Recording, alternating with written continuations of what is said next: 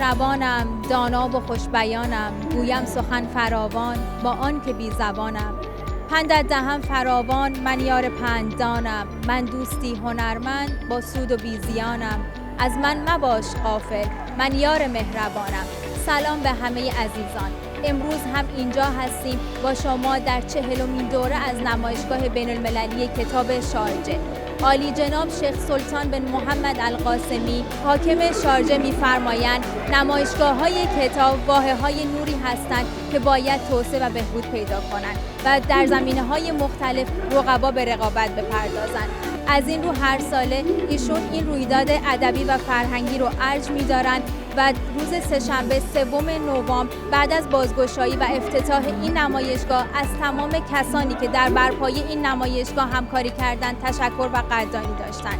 قطعاً برپایی چنین نمایشگاه باشکوهی نیازمند یک سازماندهی و برنامه منسجم هست که به لطف عالی جناب شیخ سلطان بن محمد القاسمی حاکم شارجه و اداره کتاب شارجه محقق شد تا فرصتی رو فراهم بیاره برای تمام نویسندگان، دوستداران کتاب و ناشران که بالاترین بهره رو از این رویداد ادبی ببرن. بریم یه سری بزنیم به نمایشگاه و یکم با غرفه های این نمایشگاه آشنا بشیم. اومدیم به پاویون اسپانیا. از نظر فرهنگی اسپانیا یک کشور غربی و پادشاهیه. این کشور با 44 مکان فرهنگی و تاریخی در فهرست سازمان جهانی یونسکو قرار داره و در جنبه‌های گوناگون از هنر گرفته تا کشاورزی، آشپزی و موسیقی خدمت طولانی داره. کتاب‌های زیادی با عناوین مختلف در این غرفه به چشم می‌خوره که میتونه علاقه‌مندان به ادب و فرهنگ بین‌المللی رو به خودش جذب کنه. بیاین با هم به این غرفه سر بزنیم و با کتاب‌ها و عناوین مختلف این کتاب یکم بیشتر آشنا بشیم. با من همراه باشید.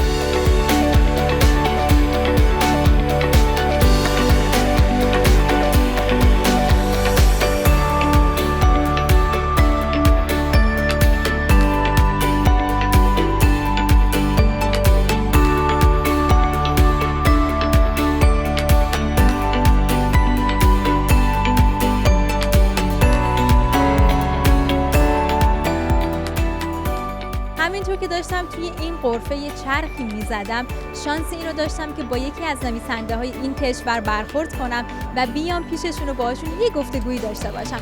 در مصاحبه کوتاهی که با نویسنده اسپانیایی خانم مونیکا ویگوستووا داشتم، گفتن که این اولین باره در این نمایشگاه شرکت کردن و خیلی خوشحالن که اسپانیا به عنوان کشور مهمان و خودشون به عنوان نویسنده منتخب حضور دارن که افتخار بزرگیه براشون.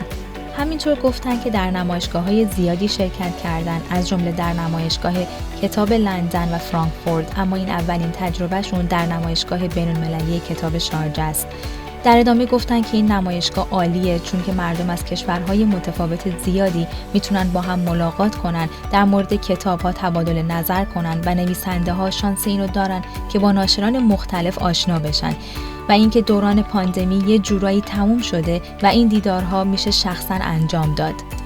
ازشون در مورد آخرین کتابی که نوشتن پرسیدم و ایشون گفتن که این کتاب یک کتاب خاصه، چرا که محتوای این کتاب در مورد مصاحبه با زنانی بوده که به اردوگاه کار برده شدن و نجات پیدا کردن و برای اینکه میخواستن بدونن چطور نجات پیدا کردن این مصاحبه انجام دادن. و بعد از مصاحبه متوجه شدن که دلیل نجات اونها کتاب بوده. در واقع کتاب به اونها کمک کرده تا این دوران سخت رو با دانشی که از کتاب‌های در دسترسشون داشتن پشت سر بذارن و به جای فکر کردن به مسائل سخت زندگی و مشکلات زیادی که در اردوگاه داشتن، در مورد مسائل خوب و مثبت فکر کنن. در آخر پیامشون این بود که مردم تا جایی که میتونن کتاب بخونن تا بتونن زندگی‌های متفاوتی رو با کتاب خوندن تجربه کنن و این باعث میشه دنیا جایی بهتری بشه.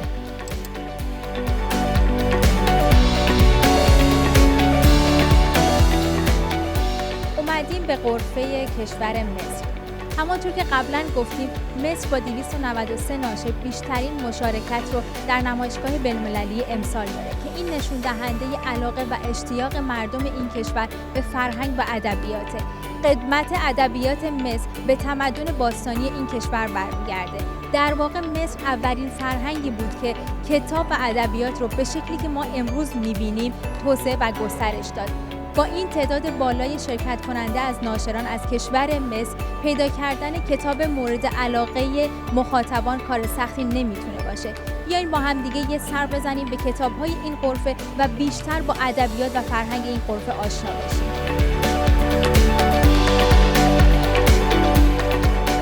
بله، در واقع من به رمان علاقه زیادی دارم، به خصوص رمان‌های مصری مثل نجیب محفوظ. این غرفه به شما امکان داشتن کتاب‌های متعددی از نویسنده‌های معروف مصری رو میده، به خصوص کتاب‌های نجیب محفوظ که من دنبالشون هستم. برای ما که دوستدار کتاب هستیم اینجا مثل بهشت میمونه و ما 1 سال منتظر این رویداد بودیم که بتونیم بیایم و کتاب‌هایی که دنبالشیم و می‌خوایم بخونیم و پیدا کنیم و دنیای متفاوتی رو در این کتاب‌ها جستجو کنیم. بیاین به این نمایشگاه کتاب شارجه و اینجا برای همه کتاب وجود داره، همینطور که در شعار نمایشگاه امسال گفته شده.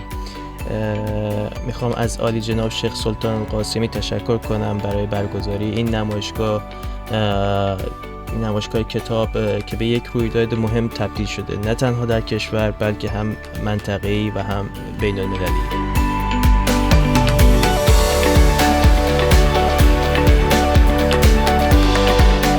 اینجا غرفه ایتالیاست، یکی دیگه از محبوب‌ترین کشورهای دنیا که بیشترین جاذبه‌های گردشگری و فرهنگی رو در میراث فرهنگی یونسکو به ثبت رسونده. حتما همه شما پایتخت زیبای این کشور شهر رم رو میشناسید.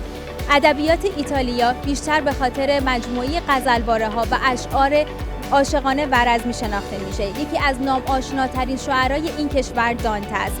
ایتالیا با ادبیات غنی و معتبری که داره جایگاه ویژه ادبی در دنیا داره و مثال زدنیه. بریم چند تا سوال بپرسیم از نماینده این غرفه و بیشتر با این غرفه آشنا بشیم.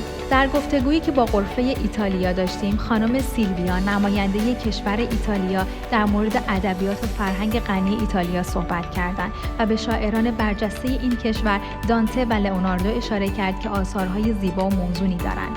همینطور گفتند در غرفه ایتالیا هر کتابی رو میتونید پیدا کنید. کتاب‌های خاص زیادی در زمینه هنر و خط کرسیو و همچنین کتاب‌های منحصر به فردی که توسط نویسنده‌های بزرگ نوشته شدند.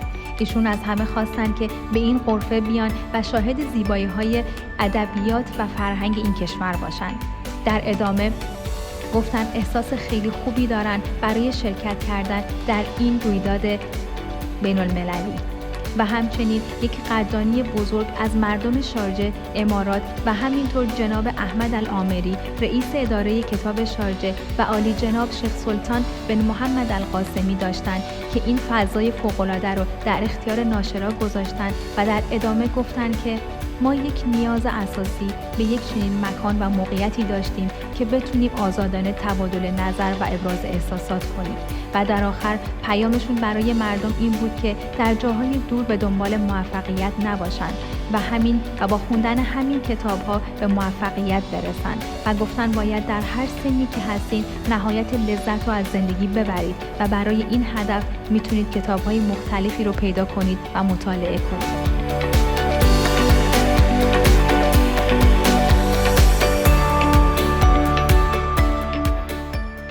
من از روز اول نمایشگاه اومدم، الان فکر کنم به سومین باریه که معرض کتاب یا نمایشگاه کتاب رو میام. بله. نظرتون در مورد برگزاری این نمایشگاه که هر سال برگزار میشه چیه؟ نمایشگاه کتاب شارجه که الان 40مین دوره این نمایشگاه هست. ما از دوران نوجوانی با این نمایشگاه آشنا بودیم و هر سال حضور پیدا کردیم و حقیقتاً این نمایشگاه باعث میشه که کتاب‌های جدید رو در اختیار کسانی که علاقه‌مند به کتاب هستن یا اونایی که دانشجو هستن، اونایی که به هر نوعی ارتباط به کتاب و کتابخوانی دارن، این نمایشگاه خدمات خیلی خوبی رو ارائه میده، از جمله اینکه کتاب‌ها رو با قیمت‌های مناسبی و اینکه در یک جا در یک مکان جمع میشه. هر ساله ما منتظر این نمایشگاه هستیم و تجربه‌های خیلی خوبی رو هم از گذشته از این نمایشگاه‌ها داریم که همراه هست با بعضی از فعالیت‌های فرهنگی و هنری که در این نمایشگاه برگزار میشه و کتاب‌های متنوعی هم یا از هر کسی که در هر زمینه‌ای فعالیت میکنه میتونه مطلب خودش رو پیدا بکنه اونایی که علوم دینی و اسلامی رو میخوان که کتاب‌های بسیار فراوانی میاد از خیلی از کشورها، از جمله از ایران هم کتاب یا دارالنشرهای انتشاراتی حضور پیدا میکنن. از کشورهای دیگه هم همچنین حضور دارن، کشورهای عربی مخصوصاً و بعضی از کشورهای دیگر هم هستند. به زبانهای مختلف کتاب پیدا میشه اینجا، به زبان فارسی هست، اردو هست، گرچه این عمدتاً عربی تقریباً غالب هست بر کتاب‌هایی که در این نمایشگاه هست، ولی به هر حال تنوع بسیار زیادی وجود داره از هر نوع و هر تخصصی که مردم خواهان اون باشن و این فرصت خیلی خوبیه که در شارجه به عنوان پایتخت فرهنگی عالم عربی و اسلامی بوده در مدت چندین سال و فکر کنم همین سال جاری هم بود که به عنوان پایتخت کتاب شناخته شد. در شارجه اضافه بر کتابخانه‌هایی که وجود داره، کتابخانه‌های بسیار مدرن و جدیدی وجود داره که خدمات خیلی خوبی رو با کتابخونه‌ها ارائه میده، جاهای مخصوصی رو براشون قرار میده. نمیدونم شاید اگر حتما گزارش‌هایی رو هم از اونجا تهیه کردید، اگر تهیه نکردید حتما تهیه کنید. کتابخونه‌ای که هم الکترونی هست، هم کتاب‌های معمولی هم در اونجا یافت میشه و کتاب‌های مخطوطه دست‌نویسی که وجود داره. به اضافه اون در بغل همه مساجد در شارجه کتابخانه‌هایی وجود داره. به این علت شارجه پایتخت کتاب هست در واقع.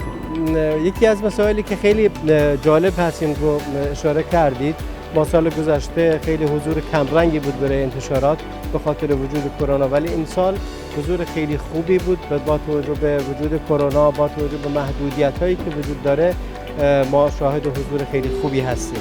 ببینید کتاب میگه هر شخصیتی رو که میخوای بشناسی به دو چیز نگاه کن، یکی چه کتابی رو میخونه، دوم با چه کسایی رفت و آمد میکنه، نشست و برخاست داره با کسی. شخصیت انسان رو این دو تا چیز تشکیل میدن، یکی کتابایی که میخونی، دوما آدمایی که باشون همنشین هستی. به اضافه این ببینید کتاب شخصیت انسان رو شکل میده، کتاب باعث میشه که دید انسان باز بشه، بیانش واضح‌تر بشه، سخن گفتن رو بهتر بلد میشه و حتی ارتباطاتش هم بیشتر خواهد بود و در این حال هم مخصوصا کتاب یک معلم بی آزار هست، یک معلمی که هیچ هزینه‌ای برات نداره. کتاب افق بسیار زیادی رو برای انسان باز میکنه. در واقع همونطوری که شاعرم میگه که مونس کنج تنهایی انسان کتاب است و فروغ صبح دانایی کتاب است. این کتابه که انسان رو در تنهایی یاری میکنه و معلومات جدید بهش میده. انسانی که داناتره، انسانی که آگاهتره، از لحاظ روانی سالمتره، از لحاظ ارتباطاتش قوی‌تر هست، از لحاظ فکرش خوب میتونه منظمتر فکر کنه و تفکر داشته باشه. من پیامم برای همه کتابخونا و همه کسانی که میخوان زندگی خوبی داشته باشن رو بیارن به کتابخونی. متاسفانه در این روزگار با خاطر وجود تکنولوژی جدید، مواقع تواصل اجتماعی و رسانه‌های جدیدی که وجود داره، جایگاه کتاب مقداری ضعیف‌تر از اول شده، میزان انتشارات پایین اومده، تیراژها کمتر شده و این هم یک در واقع آثار بسیار بدی رو خواهد گذاشت. ولی روی هم رفته ما به عنوان مسلمان میگم در قرآن کریم 322 بار کتاب با مشتقات مختلفش اومده، با 38 صیغه مختلف اومده و این دلیل بر اهمیت این موضوعه. اولین آیتی که بر پیامبر نازل میشه در مورد خوندن هست، اقرأ بسم ربک الذی خلق. آیات بعدی که باز بعد از همین سوره بعدی میاد، نون و القلم و ما یسطرون، قسم به کتاب و قلم و اونی که مینویسد.